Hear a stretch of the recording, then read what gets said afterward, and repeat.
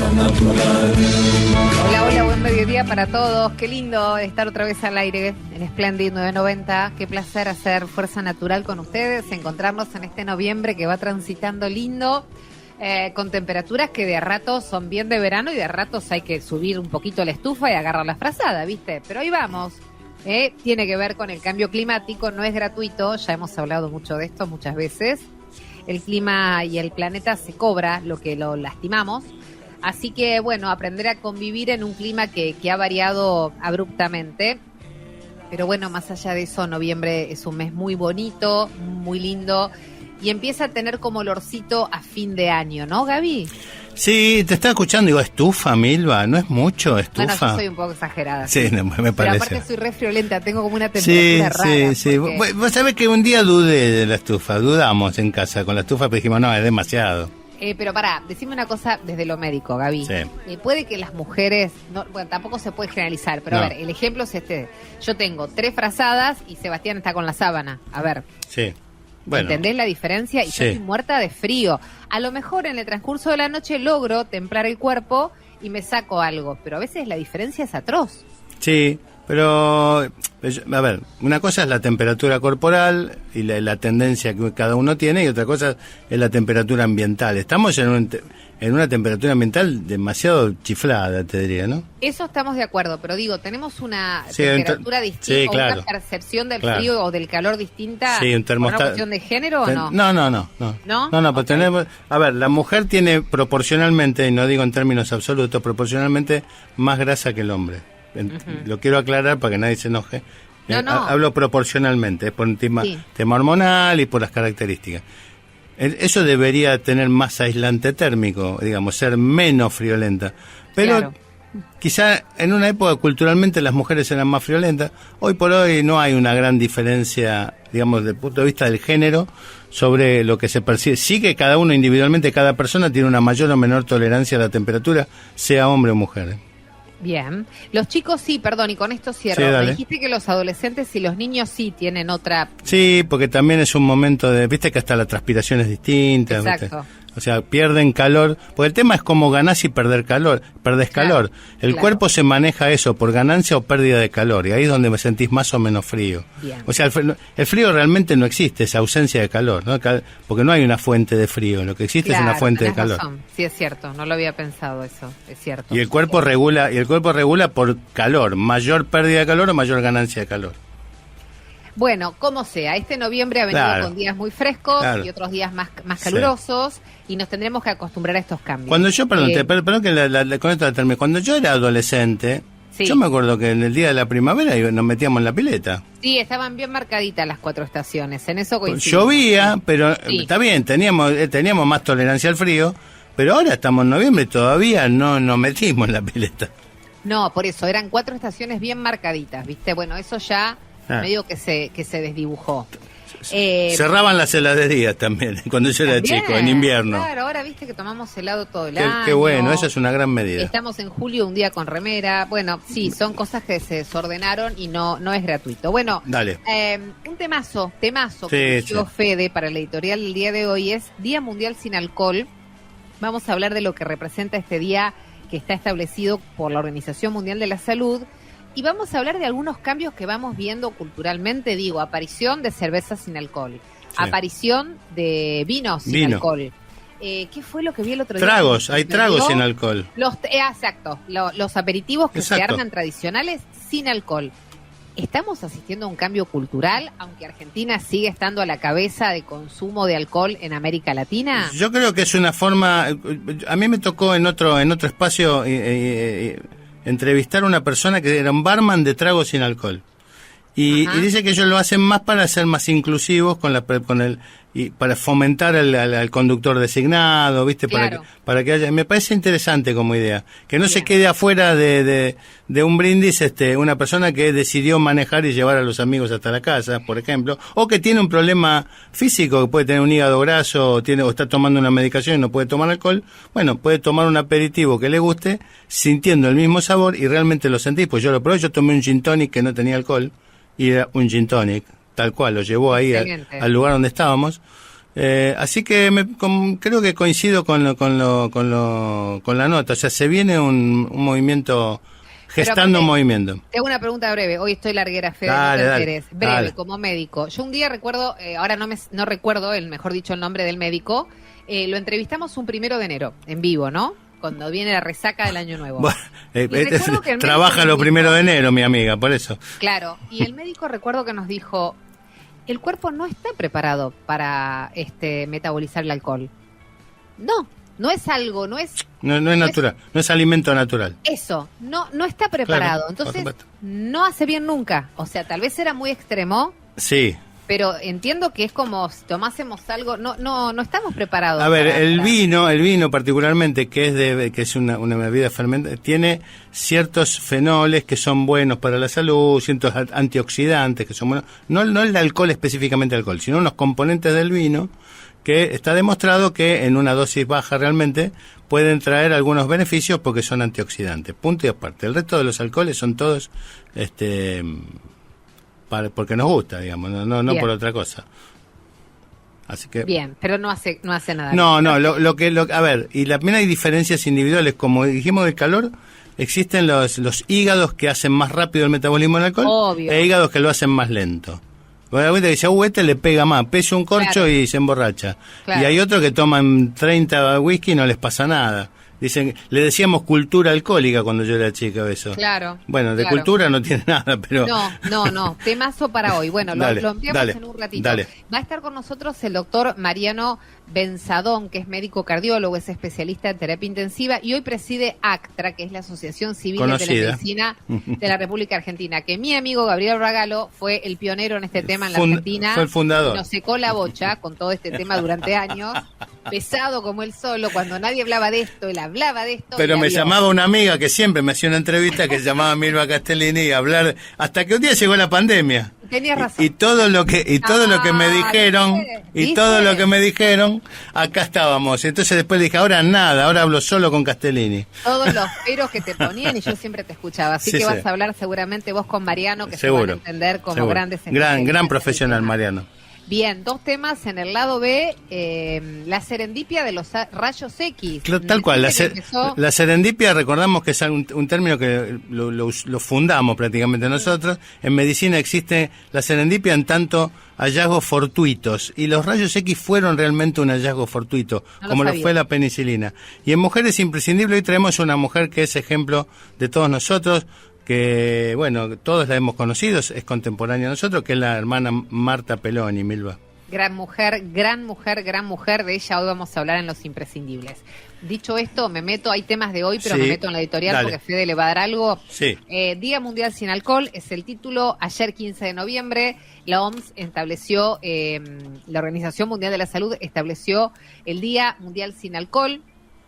Lo que siempre se hace con esto es tratar de concientizar sobre lo riesgoso que es consumir alcohol, especialmente entre los más jóvenes, donde se hace como una diversión y donde el cuerpo parece que banca más, pero las secuelas después perduran, ¿no? Y como sabemos que no se trata de prohibir, porque cuando prohibís es suficiente para tentar, especialmente lo que se trata es de visibilizar que es un problema, que se puede convertir en una adicción y que muchas veces lo normalizamos o lo consideramos fundamental y necesario para celebrar algo. Argentina todavía, a pesar de tal vez registros que te podemos tener de manera individual nosotros, te digo, no sé, Gaby, mi grupo de amigos, que nos conocemos desde hace muchísimos años, hace 10, 20 años atrás, nos juntábamos a cenar o nos juntábamos a almorzar y todos tomábamos alcohol. Hoy por hoy, ninguno tomamos alcohol. Sí, básicamente. Sí, en los restaurantes lo mismo pasa.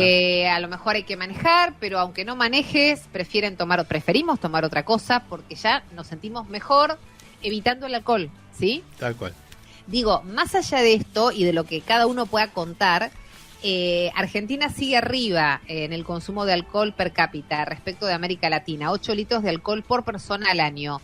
Brasil está un poquito por debajo, 7 litros, 7.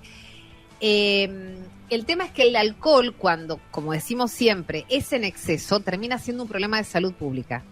¿Por qué? Porque deriva en 10.000 cosas que hacen mal. Y ni hablar si se convierte en una adicción, si terminás siendo alcohólico.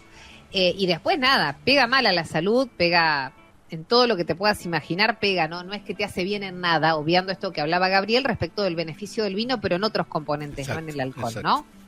Y ni hablar, y esto sí, Gaby, lo seguimos mostrando a diario, la cantidad de siniestros viales que hay por alcohol. Totalmente. Gente que sigue manejando alcoholizada y que no toma conciencia que agarrás un arma cuando agarras un auto borracho. Sí, tal cual. Entonces, como siempre hacemos, vamos a pensar un poquito. No se trata de ser moralistas, ni de prohibir, ni de estigmatizar. Me parece que tenemos que tener mucha conciencia de esto. Los chicos más chicos, y ojalá les dure, tipo 10, 11, 12 años, lo ven mal al alcohol, como ven mal el cigarrillo. Sí, es verdad. Digo, ojalá le dure porque hay que ver qué les pasa cuando ellos tengan la posibilidad de empezar a salir. Lo pienso en mi hijo y en sus amigos. No es algo que contemplen el pucho y el alcohol. No lo ven bien. No sé qué les pasará a los 15, a los 16, no lo sé. Pero siendo más chiquitos lo ven feo. Sí. Lo ven como un hábito feo, ¿sabes? Nosotros crecimos de otra manera. Fumar era ser grande, ¿te acordás? Claro, tal cual. Y agarrarse un pedo tomando alcohol era divertido. Sí, ¿estaba mal lo del pedo? No. Ah, perfecto. Sí, pedo, te lo digo de vuelta. Es uno de los sinónimos de la palabra borracho. Bien, dicho esto, me parece que se pueden tomar cosas muy ricas, como decíamos con Gaby, tragos, cerveza, ya y vino, sin alcohol, y pasar un recontra lindo momento y disfrutarlo también. Bienvenidos, queridos amigos. Está Lucas Novoa en la puesta al aire, está Fede López Feijó en la producción general, Gabriel Barbagalo es mi compañero, soy Milva Castellini y esto es Fuerza Natural. Fuerza Natural. Cambia el chip. Descubre. Innovar. Transformar. Milva Castellini. Gabriel Barbagalo. Hasta las 13 en Splendid 990. Más radio.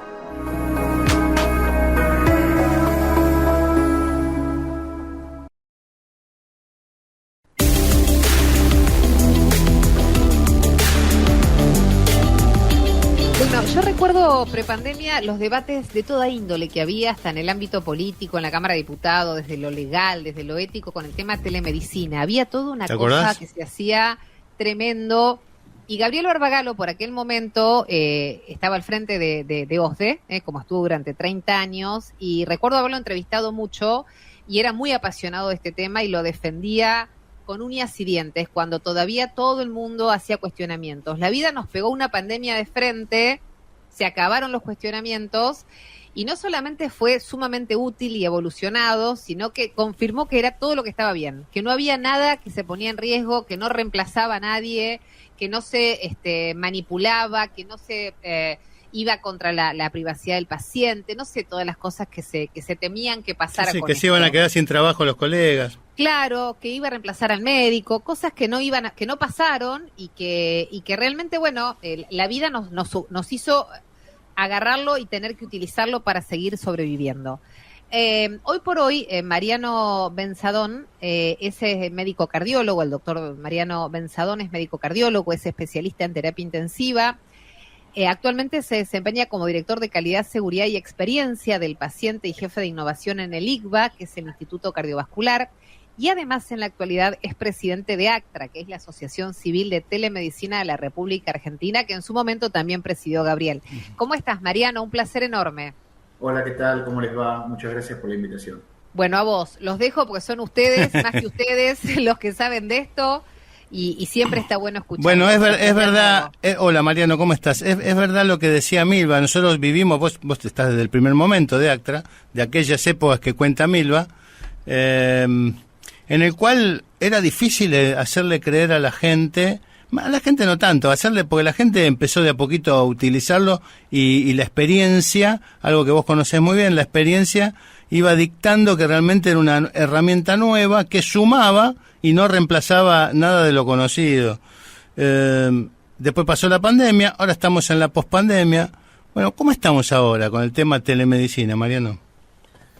Mirá, te cuento, coincido plenamente en que la pandemia fue un aprendizaje de básicamente qué pasa si liberamos el uso de la telemedicina y de la teleconsulta, y la verdad que, como todos sabemos y como ustedes mencionaban, el resultado fue muy positivo. Ahora en el post-pandemia yo creo que hemos retrocedido un poco. Uh-huh. en el sentido de que creo que no estamos aprovechando totalmente la potencialidad de la telemedicina, lo cual es una lástima. Creo que cambió el paradigma. Antes la teleconsulta o la telemedicina era para el paciente o la persona que estaba viviendo en un lugar muy apartado, muy alejado, y hoy creo que el concepto es diferente. La realidad es que hoy todos nos hemos acostumbrado a poder resolver desde el celular cuestiones que no requieren traslado, y eso está siendo aplicado a la medicina. Por ende, por más que yo viva a 4 o 5 kilómetros del consultorio de mi médico, si puedo resolver el problema evitándome ir hasta allá, evitando un traslado innecesario, también me agrega valor como paciente y también asumo que prefiero esa modalidad. Bajo ese concepto, hoy creo que no todas las personas o no todos los pacientes que quieren acceder a la teleconsulta para evitar un traslado innecesario y resolver un problema en 15 minutos en lugar de en 2 horas, hoy todavía no está tan difundido como sí lo estuvo en la pandemia. Así que sí, ahora vos dijiste que tuvimos un poco de retroceso, y entiendo desde dónde lo estás diciendo, porque también hay que decir que la consulta o la teleconsulta o la consulta por telemedicina es un complemento de la relación médico-paciente. No es que todas las consultas se pueden hacer de manera virtual, sino que a veces puede ser que yo tenga que ir inicialmente de manera presencial y después, en el momento de ver los estudios que me pidió el médico, ahí lo puedo hacer de manera virtual. O sea, hay toda una técnica o unas buenas prácticas de la telemedicina que indica que no es ni para nunca ni para siempre, ¿no? La telemedicina, Mariano. Tal cual, es como vos decís, es un complemento. Antes se la pensaba como el reemplazo, claro, y hoy es un complemento donde, como vos decías, parece haber habitualmente en la actividad ambulatoria programada un binomio, un par, que es que donde el paciente es visto inicialmente, en general de manera presencial, se le hace un examen físico, se lo revisa y se le piden estudios, por ejemplo, o se le indica algún tratamiento, y luego la segunda visita es la que muchas veces puede ser realizada a distancia, donde ya te revisé, no hace falta volver a revisarte y no hace falta hacerte venir hasta mi consultorio, claro, para ver cómo anduviste o qué dieron tus estudios. Así que en ese binomio casi te diría que la mitad de las consultas podrían hacerse a distancia.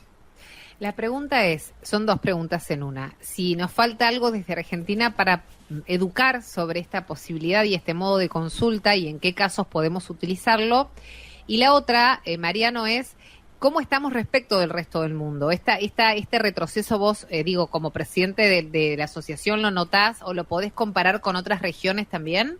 Sí, definitivamente. Esto que pasó en Argentina pasó en todo el mundo. Bien. En todo el mundo lo que pasó fue que los financiadores de salud cubrieron de manera liberada, la teleconsulta en la pandemia, y luego se restringió un poco más a qué situaciones sí, a qué situaciones no. Esto pasó en Estados Unidos, esto pasó en muchos países de manera similar a lo que vemos en Argentina.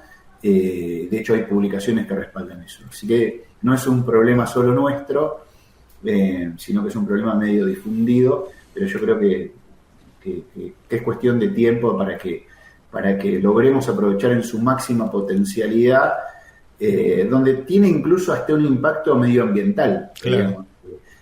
Vos sabés que el sector salud es el 5º emisor de huella de carbono del mundo. Claro.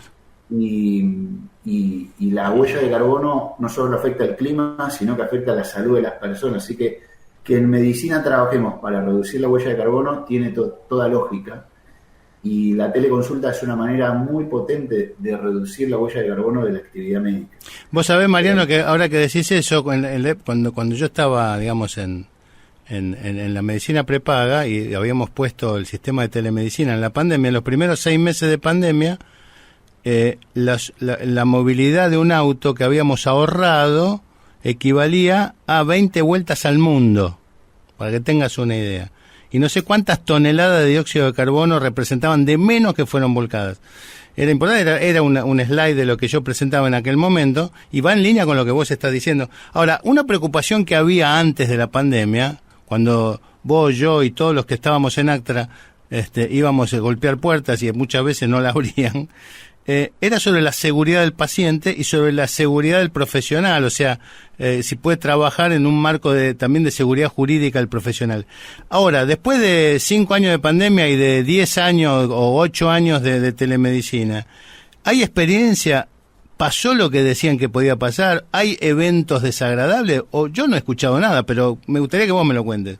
Mirá, tiene la misma tasa de eventos que cualquier actividad médica, digamos. O sea, no está exento de riesgo como tampoco lo está la actividad presencial, digamos. Correcto. La realidad es que por la naturaleza de la teleconsulta, donde en general se resuelven cuestiones de salud no tan críticas, la incidencia de eventos adversos es mucho menor, porque si no vos le decís al paciente, mira, esto por este medio no lo puedo resolver, tenés que ir a una guardia. O sea, el límite lo va a poner siempre el médico. Por supuesto, y digamos, es la misma medicina, no es otra medicina. Claro. Y respecto de la seguridad del médico con su cobertura de seguro, o sea, no ha habido ahí... No hay, en general, a ver, todo profesional debería consultarle a su aseguradora si le cubre esta modalidad, pero en realidad no hace falta la pregunta en la mayoría de los casos porque es parte de tu actividad médica, no es que cada actividad médica requiere un seguro diferente. Vamos a una parte... Perdón. No, Milva, dale. No, pensaba dos cosas. Pensaba que en algún punto hubo un tiempo donde uno llamaba por teléfono a su pediatra, al pediatra de sus hijos, y la consulta muchas veces era telefónica también. Y eso es telemedicina. Claro, y yo recuerdo a la doctora Michelle Lapacó, ya es una mujer muy grande, está retirada, que me decía, dámelo que lo escucho toser, ¿entendés? O déjame que lo escucho respirar. Nada, y obviamente si había algo que no le cerraba, te decía, a ver, vamos a hacer una placa, o tráemelo, o si no te decía, no, está bien, dale esto. Digo, hay algo de eso que siempre estuvo presente en los médicos. Sí, pero lo que planteas es importantísimo, y es los riesgos de la mala telemedicina, sí, claro. que es el WhatsApp. A veces los médicos hoy en día, el paciente, como todos nosotros, nos hemos, como te decía antes, acostumbrado a que si lo puedo resolver con el celu, lo resuelvo así. Tanto lo de averiguar el saldo del banco, como comprarme un par de zapatillas, lo que sea, hoy si lo puedo hacer desde el celu, voy a tratar de hacerlo desde el celu. Y lo mismo pasa en medicina, pero querer resolver problemas de salud desde el WhatsApp es peligroso, y ahí sí es peligroso en términos de seguridad del paciente. A mí me ha pasado como médico que atiendo pacientes que a veces mensajitos que te llegan a la ligera de preguntas muy puntuales y que yo me preocupo por no tomarlo a la ligera y no contestar mal, sin abrir la historia clínica del paciente, sin conocerlo en profundidad antes de contestar, porque me he dado cuenta de que si no hago eso me puedo equivocar y yo soy cardiólogo, así que mis equivocaciones pueden ser graves. Claro. Así que el riesgo está en querer, por tener buena predisposición, contestar mensajes por ahí sin estar frente a la historia clínica y sin tomarte el tiempo para responder y asesorar mal al paciente y que eso termine en algo bueno. Mariano, está claro que esa consulta online tiene que ser en un marco, en un contexto, porque si no, con ese criterio ustedes tienen que estar 24 horas respondiendo de onda 500 preguntas y ustedes laburan de eso y tienen derecho a por momentos no laburar, como nos pasaría a todos. Con lo cual me parece que es absolutamente desubicada la pregunta descolgada de WhatsApp así de una. Creo que sí tiene que darse en un contexto donde vos puedas, como decís, al menos saber o estás siguiendo a un paciente o lo estás monitoreando y sí, por WhatsApp vas chequeando cosas, pero lo estás monitoreando. El ejemplo de la pediatra, por la llamada telefónica, continuaba al día siguiente, ella misma llamaba, ¿cómo evolucionó? O me decía, me llamás y me contás cómo pasó. Y ya lo conocía a tu hijo, lo conocía de varias veces. Tenía su historia clínica, lo había ocultado 200 veces, lo atendía permanentemente, pero digo, ahí está resguardado. La pregunta suelta, descolgada, aparte me parece irrespetuosa para el profesional médico. No, de verdad. Más allá del tema de respeto o no, que eso puede ser un código acordado entre vos y tus pacientes, pero el tema está en cuidarse de respetar la formalidad de estar frente a la historia clínica. Sí, claro. Si yo no te contesto con toda esa información presente, y es muy difícil acordarte de memoria qué toma cada persona, cuáles son sus antecedentes, puedo asesorarte muy mal. muy mal y por querer hacerte un favor y responderte rápido, ponerte en riesgo. Así que te llevo a un lugar un poco más odioso, que es el tema económico. ¿Cómo se resolvió? Si es que se resolvió. ¿Se resolvió o no se resolvió la relación económica de esta prestación con los distintos pagadores? Estoy hablando de obras sociales, estoy hablando prepagas, estoy hablando privado, estoy hablando de instituciones de salud, la que sea. ¿O se pudo estipular un formato de pago o todavía estamos en esa pelea? No, mira, hoy en general el financiador que reconoce la teleconsulta la reconoce de manera muy similar a la una presencial. Consulta presencial. Y requiere en general la misma documentación y los mismos trámites administrativos.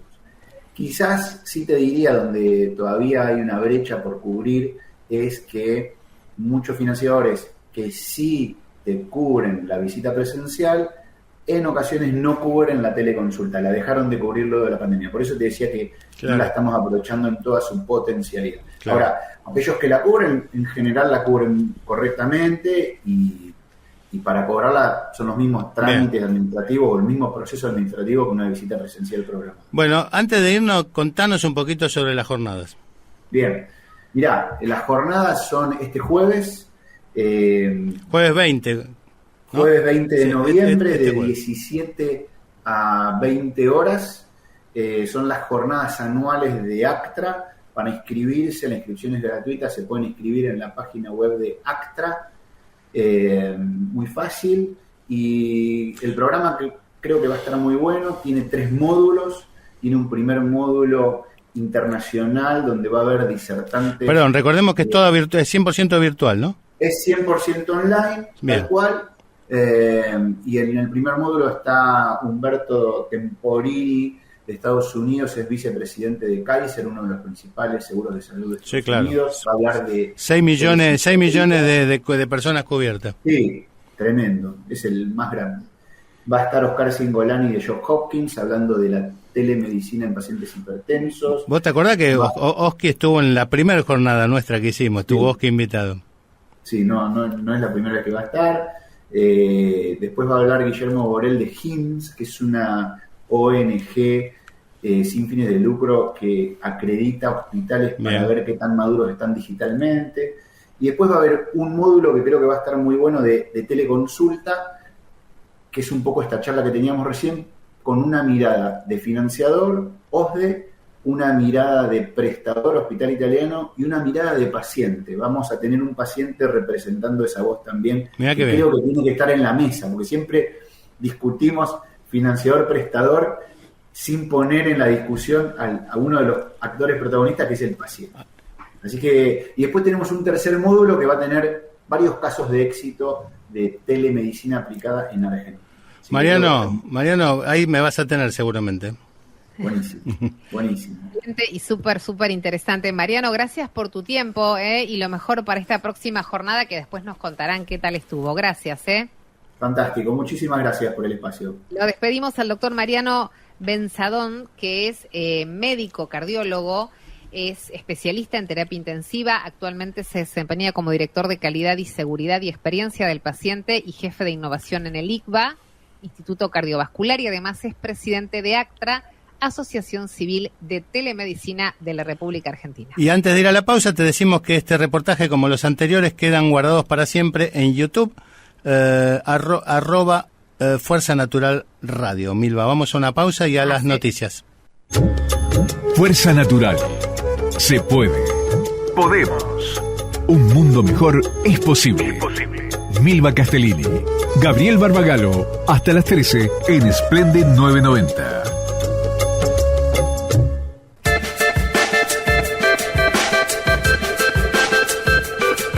Bueno, es tiempo del lado B de la columna del doctor Gabriel Barbagallo y así lo presentamos. CIFEME es un sistema integrado por más de 750 empresas de medicina prehospitalaria, brindando cobertura en 20.000 localidades, lo que la hace la red de emergencias médicas de mayor alcance. Un solo teléfono, una sola factura, todo un país. Nuestro centro de contacto certificado bajo normas ISO cuenta con profesionales altamente capacitados que gestionan servicios de alta complejidad hasta en las regiones más apartadas de nuestro territorio. CIFEME, la red de emergencias médicas más grande del país. Bien, la serendipia de los rayos X. Vos sabés, Milva, que hace algún tiempo dijimos que las ciencias en general y la medicina en particular se han nutrido de variadas serendipias, es decir, de hallazgos fortuitos que la providencia pone delante de las mentes iluminadas. Tal vez el caso más conocido sea el descubrimiento de la penicilina, el primer antibiótico que revolucionó el tratamiento de las enfermedades infecciosas y que contribuyó al aumento de la esperanza de vida de la especie humana. Y si los antibióticos cambiaron el arsenal terapéutico de la medicina, otra serendipia revolucionó la práctica médica, pero en este caso mejorando en forma exponencial el diagnóstico de las enfermedades. Me refiero a la radiología. El primer diagnóstico por imágenes conocido, un hallazgo fortuito de un físico alemán llamado Wilhelm Conrad Röntgen. Era una fría tarde de noviembre de 1895 en la Universidad de Duisburg, en Alemania, cuando Röntgen trabajaba en silencio en su laboratorio, lleno de tubos de vidrio. Era físico, él no era médico, lleno de tubos de vidrio, de bobinas, de destellos eléctricos. A él le fascinaban los experimentos con los rayos catódicos. Los rayos catódicos son una curiosa forma de energía que se genera dentro de tubos al vacío donde viajan electrones a gran velocidad. Aquel día ocurrió algo que no estaba previsto. Röntgen, en su permanente búsqueda del conocimiento científico, cubrió uno de esos tubos de Crookes, que así se llaman estos tubos, que están al vacío, con un cartón negro, lo opacificó y notó que un resplandor verdoso se proyectaba sobre una pantalla cercana, recubierta de platino cianuro de bario.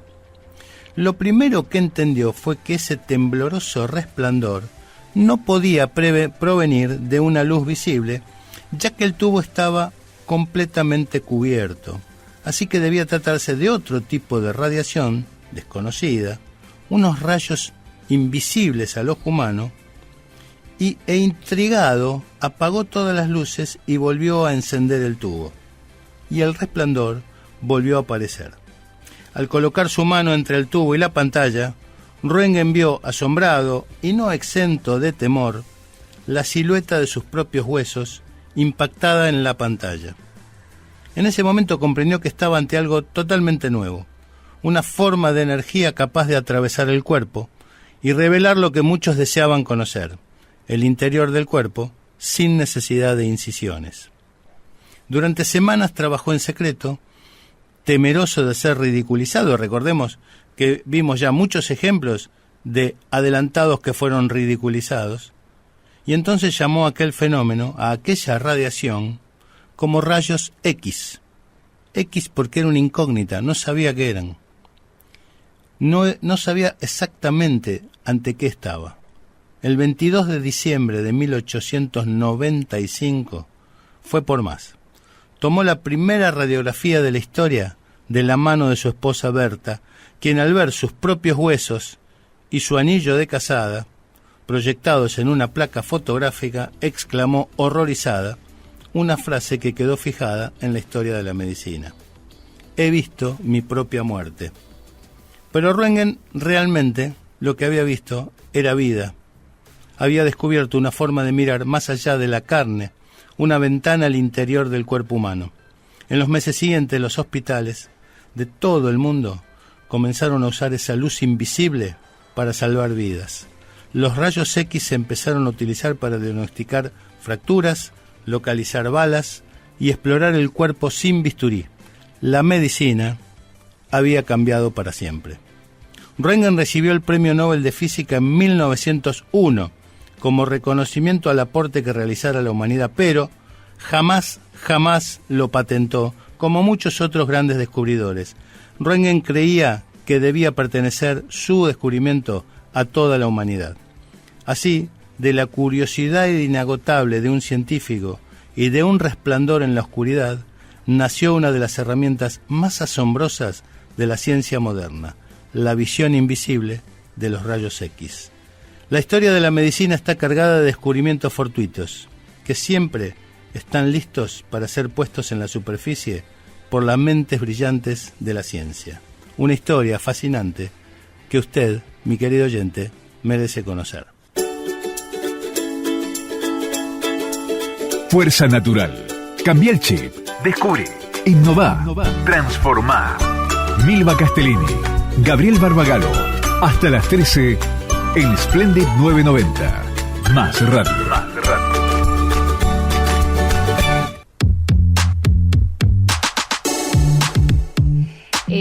Tus lados B siempre son muy curiosos porque se conocen historias de, qué sé yo, las radiografías, los rayos X, que lo tenemos tan incorporado y naturalizado. Yo nunca me había puesto a pensar cómo habían surgido. Y en la medicina las serendipias aparecen bastante seguido, ¿eh? El señor se le ocurrió tapar un... Lo que pasa es que, como decimos siempre, ante una serendipia se nos pasan a todo por delante. Lo que hay que tener es una mente muy iluminada, claro, para darte cuenta, ¿no? Sí, y meterse adentro del descubrimiento y detectar para qué puede servir.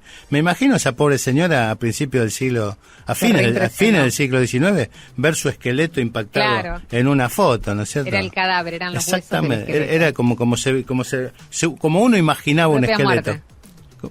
Bien, dicho esto, vamos con temas de Dale. hoy, que hay temas muy interesantes, unos 40.000 millones de dólares en desarrollo sostenible en América Latina y el Caribe hasta el 2030. CAF, el Banco de Desarrollo de América Latina y el Caribe, anunció una inversión de 40.000 millones de dólares hasta 2030 Bien. Para promover el desarrollo sostenible de la región. El plan incluye ejes como la transición energética, la acción climática, la movilidad sostenible, la seguridad hídrica y la protección de ecosistemas estratégicos como la Amazonia, la Patagonia, los manglares y los páramos. Las primeras líneas de acción será la transformación, o la primera línea de acción, mejor dicho, será la transformación energética justa, que recibirá 10.000 millones de dólares para descarbonizar sectores como el eléctrico, el transporte y la industria. América Latina ya genera un 30% de su energía a partir de fuentes renovables, pero tiene un gran potencial aún sin explotar en energía solar, eólica, hidroeléctrica y geotérmica.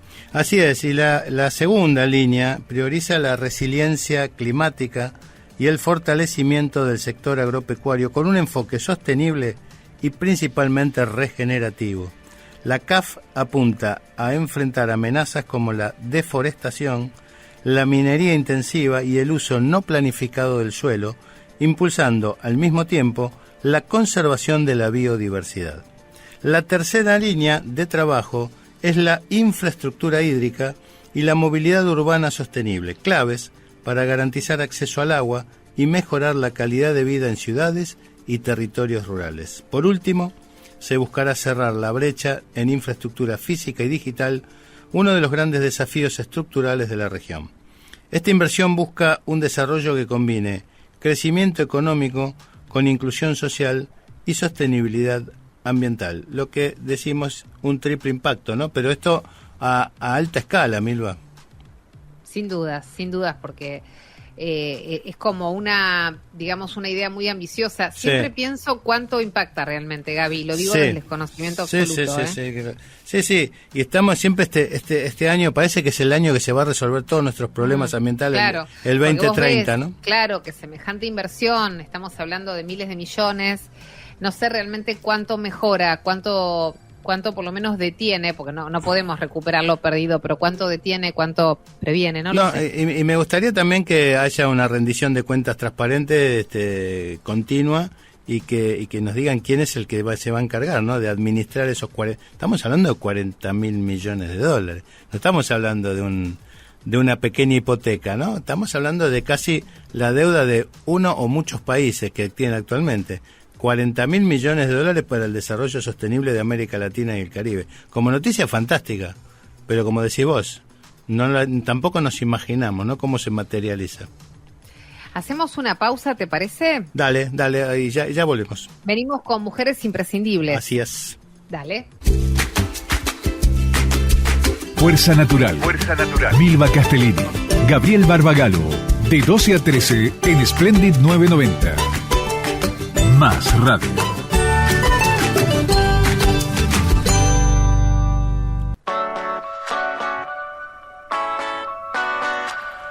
Y como te decíamos en la presentación del programa, hoy en Mujeres Imprescindibles, una mujer muy, pero muy imprescindible, que es la hermana Marta Peloni, Milva. Sí, definitivamente, Gaby, una mujer que nos estaba faltando traer a la sección de imprescindibles y que estuvo muy acertado el comentario de Paula, ¿no? Tu esposa, que te sugirió que hablemos de ella.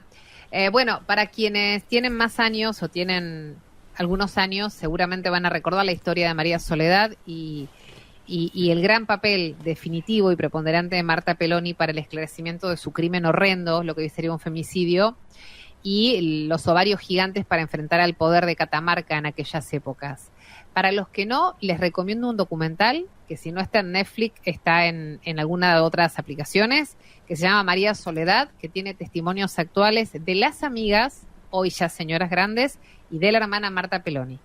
Es realmente interesante, muy interesante de ver.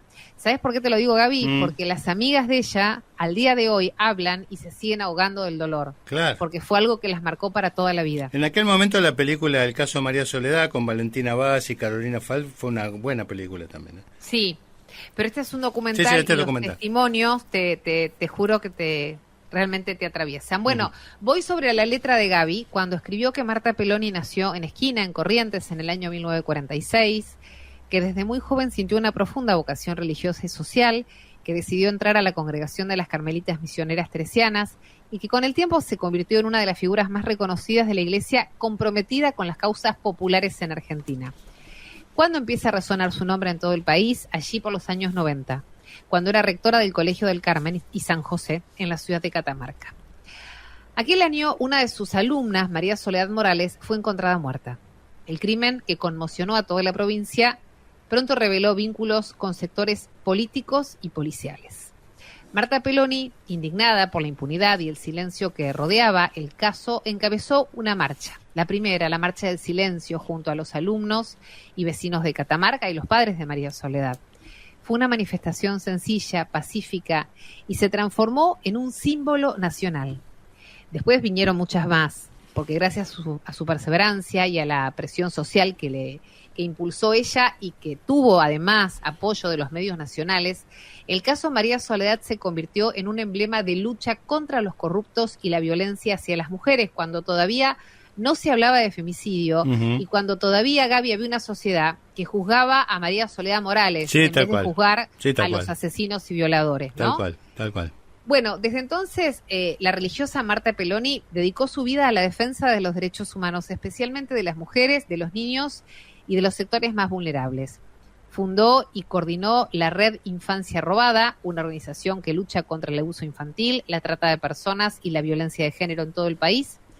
Su labor ha sido reconocida con numerosos premios y distinciones, pero Marta Peloni siempre se mantuvo fiel a un mismo principio, la fe como compromiso activo con la justicia.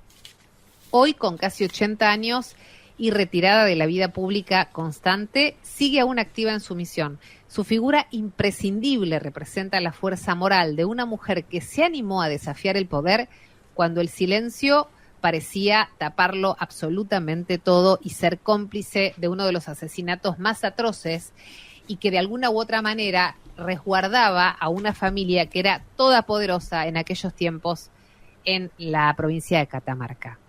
Cuando te leo, Gaby, en estas palabras y cuando recuerdo el documental que reitero, está en alguna de las aplicaciones, es un documental, admiro profundamente la valentía, la convicción y la mente evolucionada de esa mujer. Tal cual. Porque, en los 90 todavía no existía el femicidio, primero. Y segundo, yo recuerdo, vos seguramente también, Gaby, que mucho comentario de aquel momento con la desaparición de María Soledad era, y bueno, mirá la piba en lo que andaba. Sí. Era exactamente al revés.